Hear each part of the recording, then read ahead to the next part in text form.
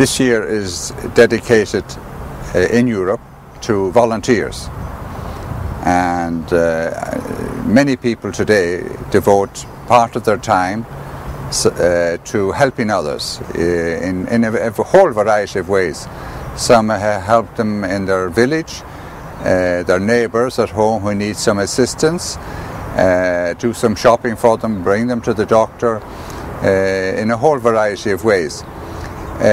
For us, the family of St. John of God, we have been very lucky to have many volunteers, and I think it's very significant that together with celebrating Europe celebrating the year of the volunteer, that the order is also celebrating the year of the family of St. John of God, and the volunteers make up a very substantial number of the very valuable members of this family. There are thousands of people, young and older people, some people in retirement, who devote a part of their time in our centres and services. And that's very important, because many of the people we serve, they require the presence of another. Their families, many of course, their families visit them. There are the co-workers in the hospital or centre that's providing the service, they're always there. But they need somebody to spend some time to sit with them, to be with them, to take them for walks, or in whatever way. There's a whole variety of ways, of course, in which volunteers involve themselves in the work of the order.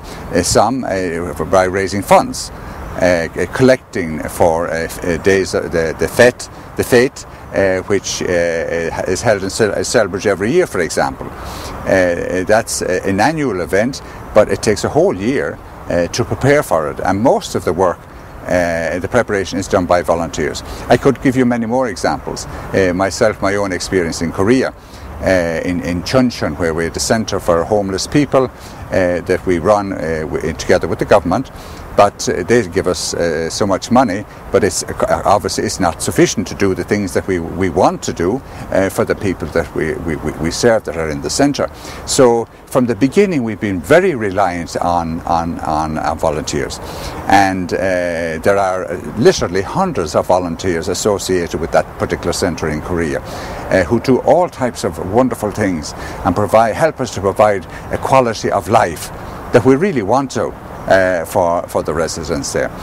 And of course this is not something that just somebody one day, some brother or some senior co-worker said we need volunteers. This is a part of who we are. It's a part of the hospitality that all of us have bought into, and that the gift that we have received. And it goes right back to John of God himself, because John of God was one person. Well, what can one person do, even with goodwill? Really very little.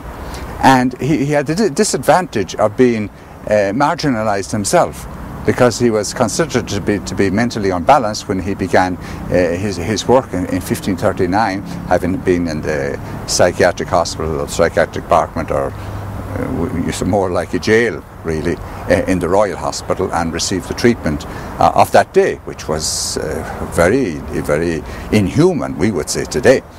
But having that experience, and then when he came out, he had the stigma, so people avoided him. And yet he had a mission. He had a mission to fulfill. And the mission was to care for the sick and the abandoned poor and the abandoned mentally ill and the orphans of the city of Granada.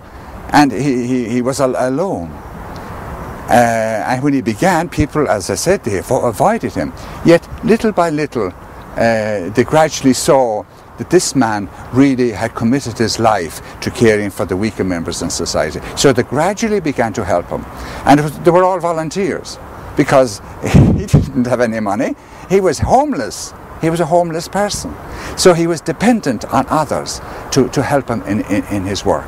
And they came in their droves. But it wasn't all at once. But gradually it became almost a status symbol to be involved with John in his work, in his mission. And so he was able, when he started, he was on his own, and yet when he died 12 years on, the entire city of Granada wanted and were present at his funeral. That will give you some idea of John's personality, of the way he attracted people, the way people came and wanted to be part of what he was doing, and then the way he related with them, that they were partners in mission, and everybody felt it was their mission. And that's what volunteerism is about, being involved at the heart of what is happening and giving oneself totally in the spirit of St. John of God in helping out. In a whole variety, there's so many things to be done when you're running an institution or when you have a service for other people, that the professionals, they do their bit. It's hugely important, but it's only a part of the total picture. So we always need more and more men and women who can devote some of their time. Obviously they're not full-time, they come part-time, some devote more time than others, but every moment is important that's giving, because it helps us to fulfill our mission, which is to provide a quality of service, the quality of service to the people we serve. And to do that in the way St. John of God has shown us. So this celebrating this year of the family, the European Year for Volunteers, provides me with the opportunity in the name of St. John of God to thank all of our volunteers. So many volunteers across the order. There are literally thousands of men and women, young people and older, senior people who devote their time to helping all of us to provide a quality of service, the best that we possibly can, to the person who comes to us. And I think that's a fantastic mission to be involved with, particularly in the world in which there's so many people who feel marginalized, so many people are suffering, there's so many people who feel lonely.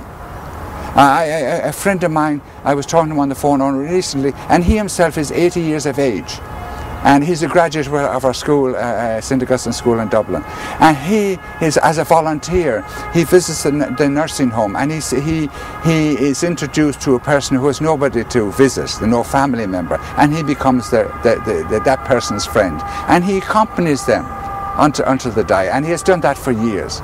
A wonderful example of what volunteerism is about, giving of yourself, of your time to help others, to make another person feel that somebody cares enough to come and be with them, and that's what it's about.